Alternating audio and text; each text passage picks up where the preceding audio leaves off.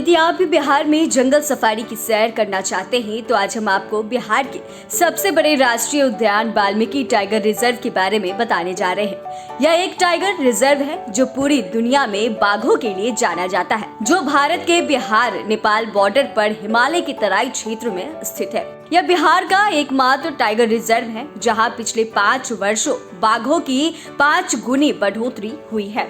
इस tigers reserve में कई अलग अलग प्रकार के जानवर, चिड़िया और जलीय जीवों पाई जाती हैं।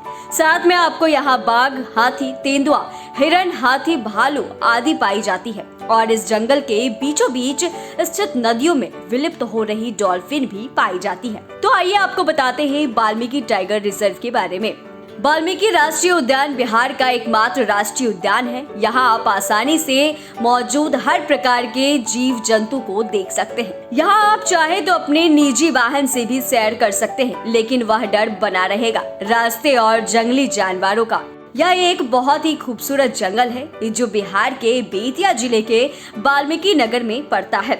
यह जंगल पूरे 1000 वर्ग किलोमीटर में फैला हुआ है, जो पश्चिमी चंपारण जिले के कुल भौगोलिक क्षेत्रफल का 17.4% हिस्सों को कवर करता है। इस जंगल का कुछ हिस्सा पड़ोसी देश नेपाल में भी पड़ता है, जिसका सीमा रेखा गंडक नदी तय करती है।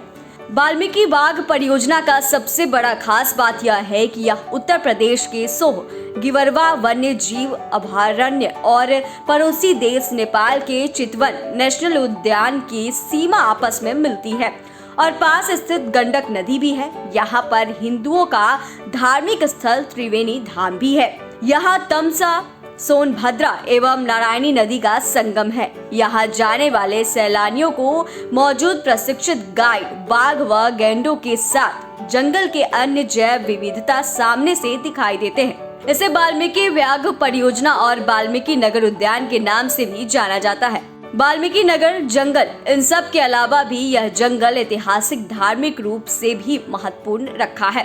वाल्मीकि नगर जंगल इन सब के अलावा भी यह जंगल ऐतिहासिक धार्मिक रूप से भी महत्वपूर्ण रखता है। ऐसा कहा जाता है कि इस जंगल का भगवान महर्षि वाल्मीकि के नाम पर पीढ़िए था तथा इन्होंने यहाँ पर रामायण नामक ग्रंथ की रचना की थी। भगवान श्री राम द्वारा अपनी पत्नी सीता का जब त्याग कर दिया गया था तो माता यही महर्षि वाल्मीकि के आश्रम में आकर रही और यही भगवान श्री राम के 2 पुत्र लव और कुश का जन्म माता सीता के गर्भ से हुआ था। बता दें कि त्रेता युग में घटित रामायण के रचनाकार महर्षि वाल्मीकि का आश्रम इसी राष्ट्रीय उद्यान में भारत नेपाल बॉर्डर पर घने जंगलों में स्थित है।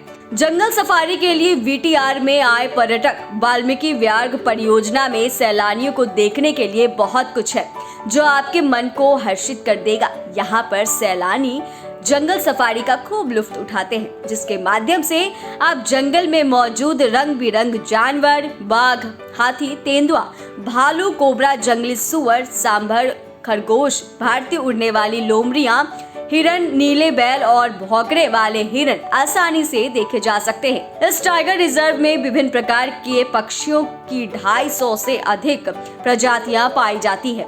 आपको बता दें, सैलानी यहाँ स्थित वॉच टावर से महत्वपूर्ण जंगल का अद्भुत दृश्य देख सकते हैं।